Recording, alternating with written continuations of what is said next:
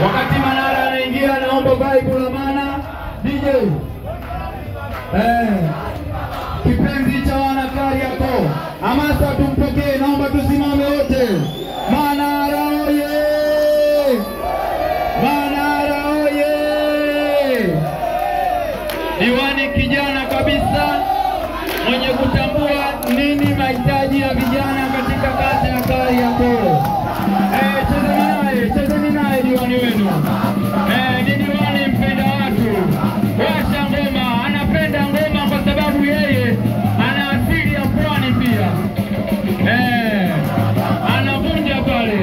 Vijana wanampenda sana, hasa vijana wa Kariakoo.